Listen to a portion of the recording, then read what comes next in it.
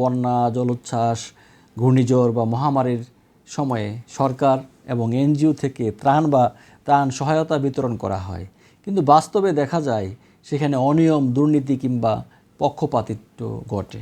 আসসালামু আলাইকুম প্রিয় দর্শক, নিশ্চয়ই ভালো আছেন। আমি Farhaduddin Ahmed B advocate, appellate division, supreme court of Bangladesh. স্বাগত জানাচ্ছি আপনাদেরকে রিট নিয়ে আলোচনায়। আজ আমরা আলোচনা করব রিলিফ বা সরকারি সাহায্য প্রদানে যদি অনিয়ম অথবা দুর্নীতি সংক্রান্ত কোনো ঘটনা ঘটে তাহলে মহামান্য হাইকোর্টে রিট করা যাবে কিনা। অনেক সময় দুর্যোগকালীন সময়ে যেমন বন্যা, জলোচ্ছ্বাস, ঘূর্ণিঝড় বা মহামারীর সময়ে সরকার এবং এনজিও থেকে ত্রাণ সহায়তা বিতরণ করা হয়, কিন্তু বাস্তবে দেখা যায় সেখানে অনিয়ম, দুর্নীতি কিংবা পক্ষপাতিত্ব ঘটে। প্রশ্ন হলো, এই পরিস্থিতিতে নাগরিকরা কি উচ্চ আদালতে রিট করতে পারেন? আইন ও উচ্চ আদালতের গুরুত্বপূর্ণ কিছু রায়ের নজির সহ আজকে আমরা চেষ্টা করব বিষয়টি সহজভাবে আপনাদের সাথে শেয়ার করতে। প্রথমে আমরা একটু জেনে নেই যে রিট কি। সংবিধানের 102 অনুচ্ছেদ অনুযায়ী রিট করার অধিকার দেওয়া হয়েছে এদেশের নাগরিকদেরকে। ইভেন এদেশের বাহিরের যে কোনো নাগরিকদের যদি এদেশে থাকা অবস্থায় কোনো মৌলিক অধিকার লঙ্ঘিত হয় তাদেরও কিন্তু রিট করার অধিকার আছে। রিট আসলে আমরা জানি যে রিট 5 ধরনের হয়, এটা একটা প্রাথমিক ইস্যু। ম্যান্ডামাস রিট আছে, আপনার সার্সিউরারি আছে, প্রহিবিশন আছে, হ্যাবিয়াস কর্পাস আছে, কোয়ারেন্টো আছে। রিলিফ বিতরণে অনিয়ম হলে সাধারণত ম্যান্ডামাস রিট করা হয়, যাতে আদালত সরকারকে আইন অনুযায়ী কাজ করতে বাধ্য করতে পারে। তো রিলিফ বিতরণে অনেক সময় দেখা যায় অনিয়মের বাস্তবতাটা কি, যেটা হচ্ছে যেমন ত্রাণের চাল, ডাল, তেল ইত্যাদি বন্টনের নাম তালিকাভুক্ত না করা, অনেক সময় একই পরিবারকে বারবার দেওয়া কিন্তু প্রকৃত দরিদ্র যারা আছে এদেরকে বাদ দেওয়া। এটা খুবই দুঃখজনক এবং এটা আমাদের দেশে তো অহরহই হচ্ছে, এটা অনেকেই জানেন।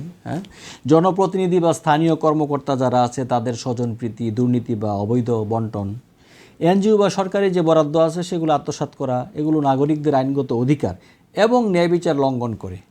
এখন আইনগত ভিত্তি কি আসলে এটা রিট করার জন্য? আসলে সংবিধানের অনুচ্ছেদ 15-তে কিন্তু আমরা সুস্পষ্টভাবে দেখি যে জনগণের মৌলিক যে প্রয়োজনগুলো আছে সেগুলো মেটানো হচ্ছে রাষ্ট্রের দায়িত্ব।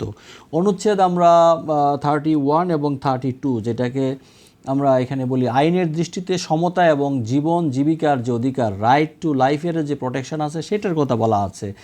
আর 102 যেটা আর্টিকেল, সেখানে তো ফান্ডামেন্টাল রাইটস লঙ্ঘিত হলে মহামান্য হাইকোর্টে রিট করা যায় এবং উচ্চ আদালতের রিট সম্পর্কিত যে ক্ষমতা আছে সেটা।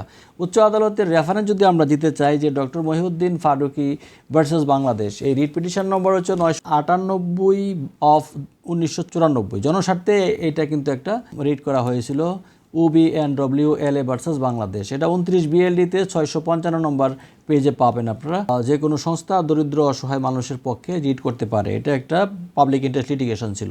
দুর্যোগ ব্যবস্থাপনায় অনিয়ম হলে নাগরিক বা সংগঠন পাবলিক ইন্টারেস্ট লিটিগেশন করতে পারে। অ্যান্টি করাপশন কমিশন অ্যাক্টে আমরা দেখেছি যে দুর্নীতির অভিযোগ সরাসরি কমিশনে জানানো যায়, কিন্তু একই সঙ্গে সংবিধান অনুযায়ী রিটও কিন্তু মেনটেনেবল। কিভাবে রিট করা যাবে? ক্ষতিগ্রস্ত ব্যক্তি বা যে কোনো নাগরিক পাবলিক ইন্টারেস্ট লিটিগেশন আকারে আবেদন করতে পারবেন।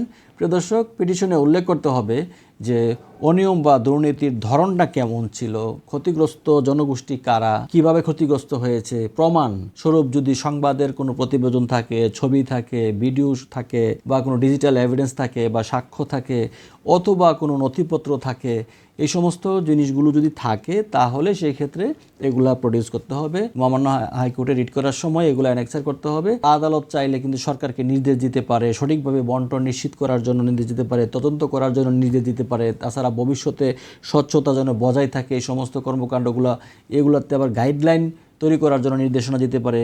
বন্যা দুর্গত এলাকায় অনিয়ম হলে সংবাদ মাধ্যমে তা প্রচার করা হয়, পরে এনজিও বা সচেতন নাগরিক কিন্তু অনেক সময় দেখা যায় যে এগুলো রিট করেন। আপনি যদি মনে করেন যে আপনার এলাকায় ত্রাণ বিতরণে অনিয়ম হয়েছে তাহলে আপনি অবশ্যই স্থানীয় প্রশাসন জানা আছে তাদেরকে জানান। ওখানেও যদি কাজ না হয় তাহলে একজন বিজ্ঞ আইনজীবীর মাধ্যমে মহামান্য হাইকোর্টে রিট করতে পারেন। বিষয়টা হচ্ছে যে অবশ্যই সংশ্লিষ্ট যে এলাকায় অনিয়মটা হচ্ছে তার ঊর্ধ্বতন কর্তৃপক্ষ যারা আছে তাদেরকে লিখিতভাবে একটা রিপ্রেজেন্টেশন দিয়ে জানাতে হবে। ওখান থেকে কোনো প্রতিকার না পেলে দেন মহামান্য হাইকোর্টে সরাসরি রিট করা যায়। এছাড়াও যদি পত্রপত্রিকায় কোনো নিউজ রিপোর্ট হয় তাহলে সেই পত্রপত্রিকার রিপোর্টের ভিত্তিতেও কিন্তু মহামান্য হাইকোর্টে রিট করা যেতে পারে। প্রিয় দর্শক, যেটা আদালত যদি এই বিষয়ে ইতিমধ্যেই নানা ক্ষেত্রে নাগরিকদের পাশে দাঁড়িয়েছে, এটা আমরা জানি যে সচেতন নাগরিক হিসাবে আইন আমরা আমাদের প্রত্যেকেরই জানা উচিত, মানা উচিত, প্রয়োজনে ব্যবহার করতে হবে আইনকে। আজকের এই আলোচনাটি যদি আপনাদের ভালো লাগে থাকে অবশ্যই আমাদের সাথে থাকবেন। ধন্যবাদ সবাইকে, ভালো থাকুন, সুন্দর থাকুন, আসসালামু আলাইকুম।